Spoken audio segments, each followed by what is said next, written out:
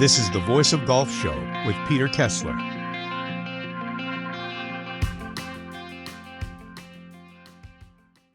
Welcome to part 2 of my discussion with Peter Kessler on the Voice of Golf Show for this special Masters special that we are doing today. The next thing, Peter, that I think we should talk about, I think we need to address the elephant in the golf world, or in this case, the tiger in the golf world. And we all know what happened with Tiger last week with his most recent DUI arrest. So coming down a few days later, we kind of understood he wasn't going to play. So it was no surprise when the news broke that he would not be at the Masters this year. Just a couple days ago, Phil Mickelson also said that he would not be playing in the Masters because of a family medical issue. He hasn't played at all on LIV this year, and we obviously wish both of them the best. But this is the first time since 1994 that neither of them are going to be in the field. So it's a little historic in that sense. But I just want to go back to Tiger and get your thoughts on what your reaction was when the news broke about the most recent arrest. I was surprised because I was convinced, without having any information but my own sense of things and having known Tiger, that this year was going to be one he would be playing a bunch of senior events. And he did go ahead and put in his application to play in the U.S. Senior Open. So I thought, yeah, that sounds right.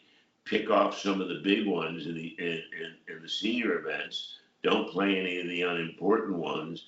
And play one every couple of months. I think they play 5 majors now for the seniors. So, play in each of those. I thought that was the game plan, even though you never said anything. It just seemed obvious to me.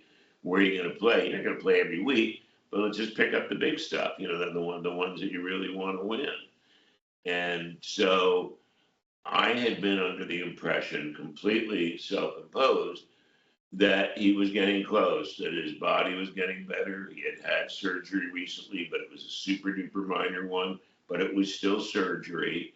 And he hadn't played golf, and there was no reason to think was going to be walking up and down the hills at Augusta National for the reasons we talked about in part 1, about how steep the fairways are and how the course is on a 45-degree hill, literally.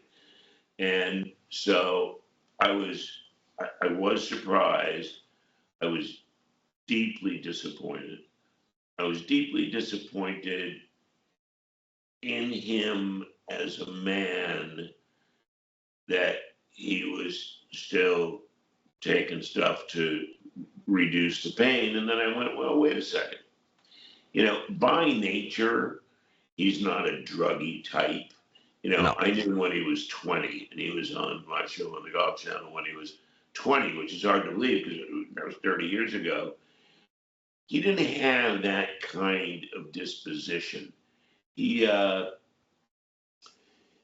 was serious, and he was also kind of a sheltered guy. He didn't know about a lot of stuff in the outside world for superstars, right at the very beginning.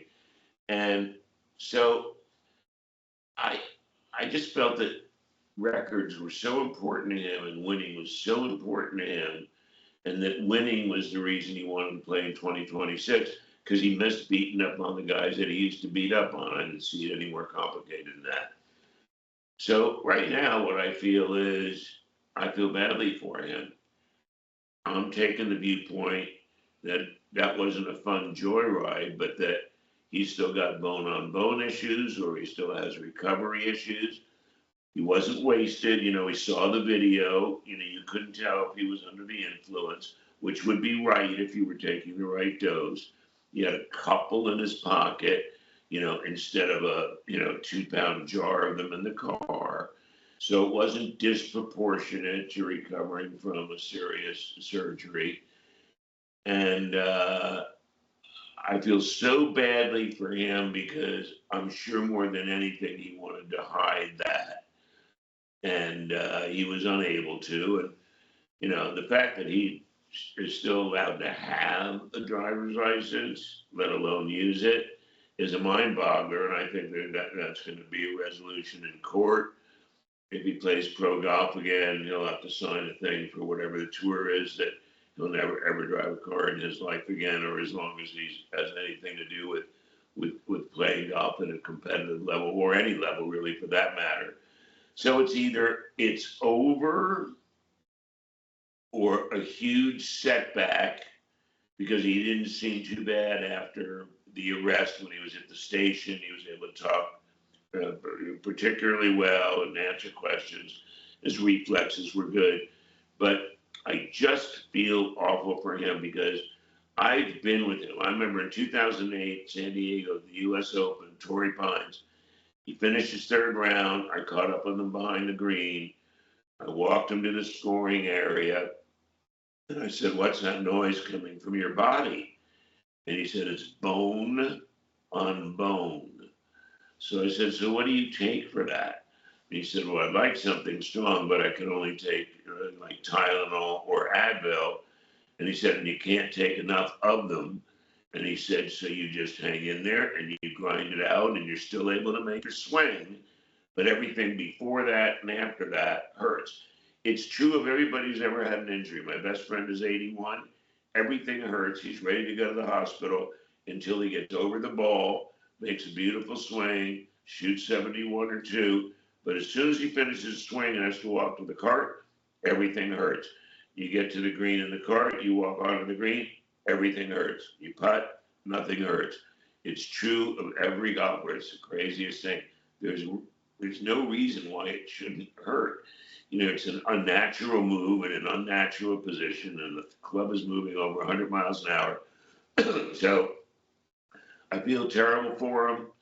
I feel terrible for the fans, especially the newer ones who, had to not even understand what we're talking about here. Yeah. Because, this goes back so far. So thoroughly disappointed. No reaction to Phil. And I just hope that Tiger takes care of himself. They get his meds right, or they wean him down if he's taking too much, and work towards rebuilding again if he wants to give it a try. Yeah, well, I think I speak for both of us when I wish him all the best in whatever it is he's dealing with, and hopefully we get to see him back at some point. But maybe we should change the tone of the conversation and talk about something a little bit happier. I think now would be a good time to talk about who are probably the two favorites for this tournament, and that's obviously Scottie Scheffler and the defending champion Rory McIlroy. And there's one question in golf that gets asked on every single show, and it drives me crazy, and that is, who is going to win this week? Well, there's too many world-class players to even predict a winner. This week we've got 91 players in the field. U.S. Open is usually about 156. These are the best players in the world, and any of them, as I like to say, can catch lightning in a bottle and get hot at any time and come out with a victory. So I'm going to put it to you like this. How do you feel about Scottie coming out of this so-called slump that he's apparently been in? Oh, it's like Dorothy ending up in the land of Oz and everything turns from black and white to color. I mean, this is the week. This is the time. And Scottie Scheffler is still Scottie Scheffler. He has won this year, and only 3 months of the season has gone by. So it's like, where is this long-term horrible streak? We've gotten so spoiled like we were with Tiger. Scottie would be there every week and win every couple of weeks. Tiger ended up winning about 22% of the events he played in. Nicklaus ended up winning about 22% of the events that he played in, everything all combined. So you can't win them all. And golf is like that. That's why there's the expression, it's golf. So I expect to see Scottie Scheffler all the way back in terms of all of the aspects of his game. The thing that wasn't happening was he just wasn't getting the ball in the hole as fast as he'd been doing since the summer of 2022. Yeah. And remember, too, he's been the best player in the world every week since the summer of 2022, which is more than all the weeks that Rory McIlroy was the best player in the world in his whole career added together. And Scottie Scheffler is only 29. He is 7 years younger than Rory McIlroy. And certainly in the next 7 years, you would expect him to do a lot of the things that Rory McIlroy didn't do in the last 7 years.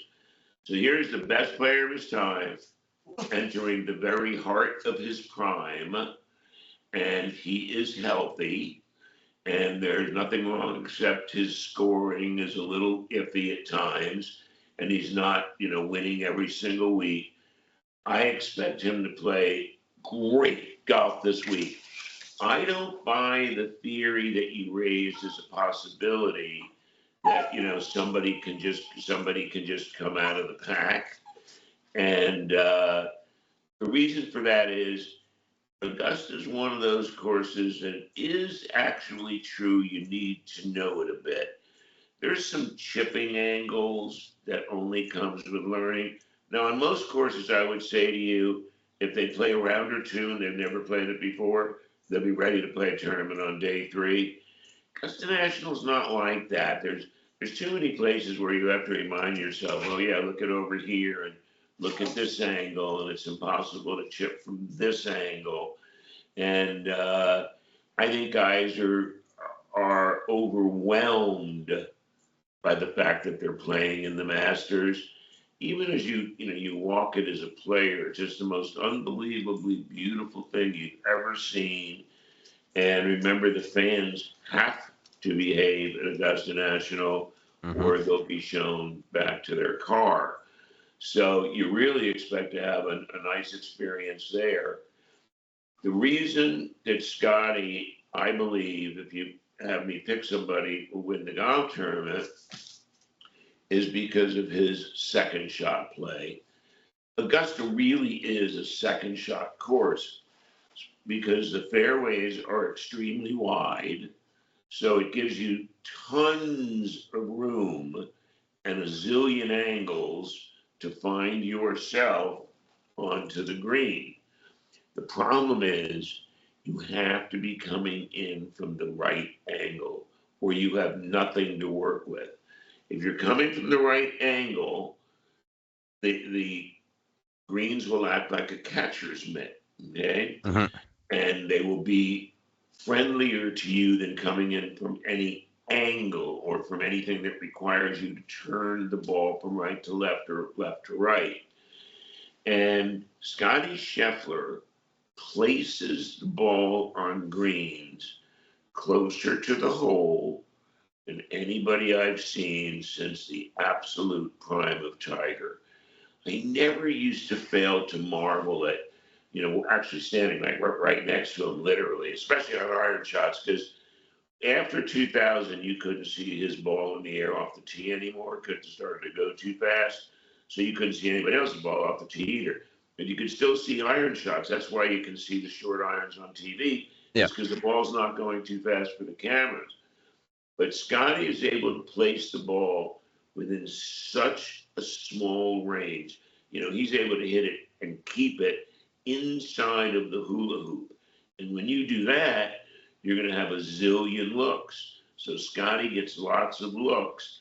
And like Tiger before him, like Jack before him, I think he's the best lag putter on tour.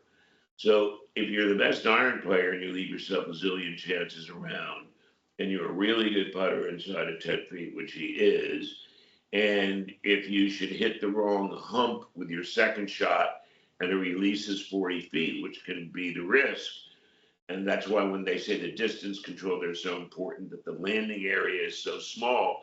What they mean is it's so small if you're going to hit a successful shot. If you're a couple of feet long and you hit the far side of a hump, you could go 30 feet in the wrong direction, and you're just trying to two-putt at that point. So also, too, at a major, there's fewer guys who can win because of all of those reasons. Yeah. Plus, they're fighting their inner demons. plus they're fighting thoughts like, well, gee, what happens if I win? You can't have any of that go on any more than any player. Now, the other sport is dribbling the ball down to the other end of the court and thinking about his totals for the evening. You're not. You're not. There's no difference in a guy going to stand over a putt than Michael Jordan running down the court with the ball. For them, it's the same thing. It's the same tension. It's the same opportunity. It's the same feeling.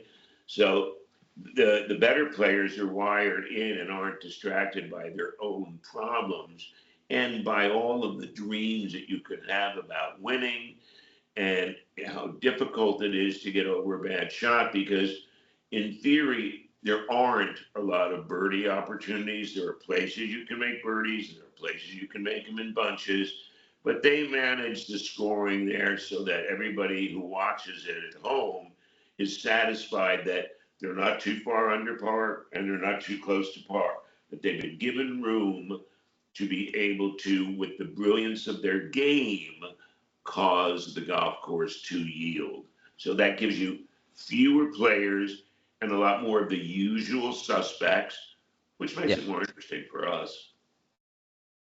Partner, I got one last thing to ask you before we wrap up our discussion today.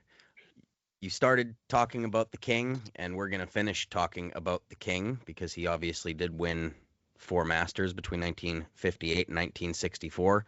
You've told me this story a million times, and it is just my favorite story. I've repeated it to countless people as well. Could you tell us the story about the first time you met Arnold Palmer and the story with the scorecard?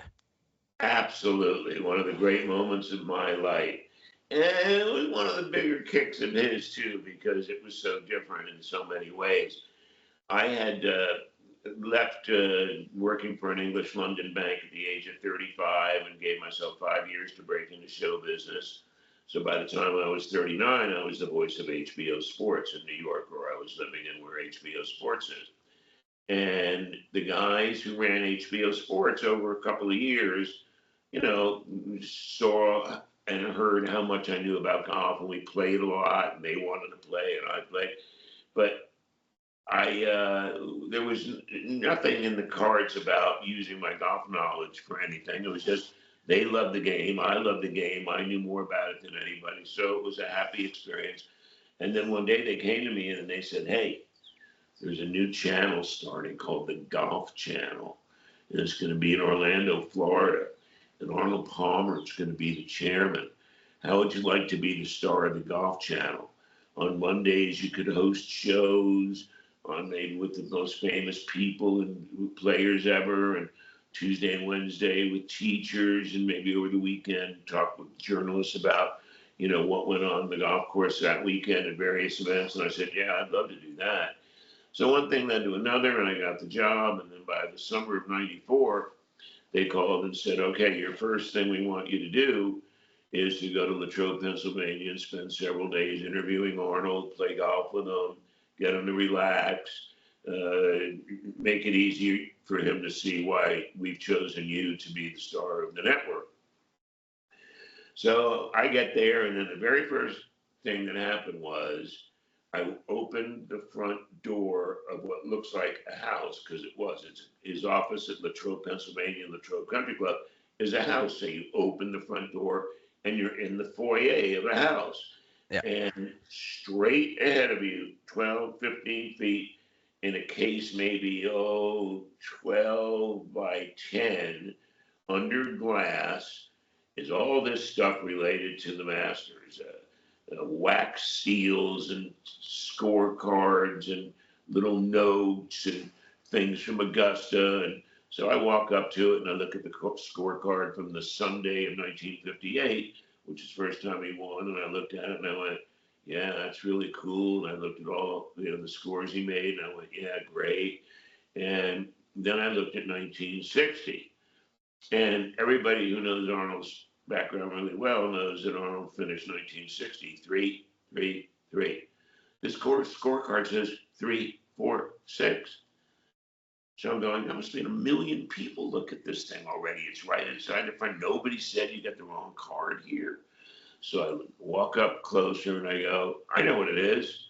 It's the next year, 1961, when Arnold double bogeyed 18, hence the 6, to lose to his good friend Gary Player. At that moment, Doc Giffen, who was Arnold's administrative aide, came walking in to the foyer. We shook hands. We said hello. I said, hey, Doc. And I explained that the wrong scorecard was underneath this glass. And he said, do you know how many people have seen this and could have, identified if there was a problem with it? You've only been working at the Golf Channel now for 10 minutes. You don't want to lose your job over this. He said, how would you like Arnold to have you say these things to him? I said, well, go get him. So he goes away and he comes back with Arnold, and Arnold and I shake hands, and his fingers are like bananas. And the thing about his fingers was it wasn't the length, it was the width. Every finger was twice as wide as your widest finger. And I put my hand in his, and I was not nervous at all. I was surprised that he was so short. He was about my height. I probably thought maybe I was 5'8" at the time. And I said, so Arnold, I said, so 1960, when you finished 3-3-3, the card that's up there now, that's the one where you screwed everything up and made double bogey from the middle of the 18th fairway to lose to your good friend Gary Player by a shot because you went 3-4-6. And everybody knows in 1960 you went 3-3-3. So he turned, gives me the look, and you can imagine what it must have looked like coming from him. Like a Clint Eastwood thing with the squint, the whole thing. Yeah. So, but I never get nervous, so I didn't get nervous then. And so he turned around and he folded his arms. He goes like this, like 4 or 5 times. He drops his arms, looks at it, turns his head, and then he goes, I can't believe I lost to that son of a bitch. And that started a very happy friendship. I'll tell you one more quick one. It was a magical day. It was a Monday. The course was closed. So it's Arnold and me, some guy from the Golf Channel I didn't know, the head pro and the club champ and the second best player. So there's like 5 or 6 of us. So we go down to the practice tee, and again, it's empty because it's Monday. So Arnold goes first and just starts hitting balls in front of us, and he hits 4 or 5 shots. And then he stops and he turns around and he looks at us and he goes, all right, who can tell me what I'm doing differently? And I was on the right side of the line, and he started on the left side of the line and worked his way down. And each guy said, gee, King, I don't see anything. Gee, Arn, it looks great to me, man. Yo, man, you're the greatest ever, Arnie. Everything's perfect. Yeah. Now, by this time, I had interviewed him for 2 hours. So he knew that I knew everything about him and more than everybody in the whole world put together. So he looks at me and he goes, how about you, hotshot? You know everything about me. And I said, well, for $20, I'll tell you what you're doing differently. And for another 20, I'll tell you why you did it and why it isn't going to work and why you have to fix it. And he just instead of the squint, he went backwards like, what is going on here? So he couldn't even say anything. He just looked at me and I went, okay. I said, it's your right foot, Arn. I said, you've got it absolutely perpendicular to the intended starting line instead of having it flared where it's been your whole life. So you could have a hip turn and turn off of your left side. And I said, the reason you did it, of course, is because you thought you were moving your head and you were probably missing some shots to the right. And so you did that to restrict your hip turn so that you wouldn't lose control or move off of the golf ball. But it's not going to work because at your age, you definitely want some hip turn. And I said, and the reason that you're hitting the shots to the right and the reason you ended up doing this is because you thought you were moving off the ball. You're not. Let me tell you what it is. Your eyes are moving off the ball. It's your eyes that are moving off the ball. And he looks at me and he goes, oh my. And he goes, I'll play you for it. I'll play you for the $40. And I said, oh no, you're my partner. Our whole first week went like that, where I kept being put in these incredible positions where I was the only man in the world who knew the answer, and he was the only man who could verify that. So, I knew that. I said, I could last at the channel quite a while based on what's going on this week. And I said, and I'm going to be his favorite person there. So this is fantastic. So, yes, those were just two. And it was still early morning. We hadn't even gotten rolling yet. So being with Arnold on that first day and being with Arnold any day and every day, playing golf, doing an interview, going to his house, going out for dinner, was always one of the really great, memorable, don't take it for granted, but act like yourself days. He liked that I didn't have to change or be nervous, and he picked up on it right away. So he was a lovely guy who gave me a lovely opportunity that I took advantage of, and I really enjoyed that, and I really enjoyed our two chats on the subject of the Masters, particularly talking about Jones and Arnold. Thank you. I appreciate it very much. Yeah, well, as always, my friend, thank you for joining me. Those stories are just they're just incredible. I laugh every time I hear them, and I think this is a great place to wrap things up on this very special edition of the Voice of Golf show. Be sure to follow us on Instagram at Voice of Golf, and to like and subscribe to our YouTube channel under the same name. And do not forget to hit that like button on both parts 1 and 2. So until next time, enjoy Masters Week, everybody.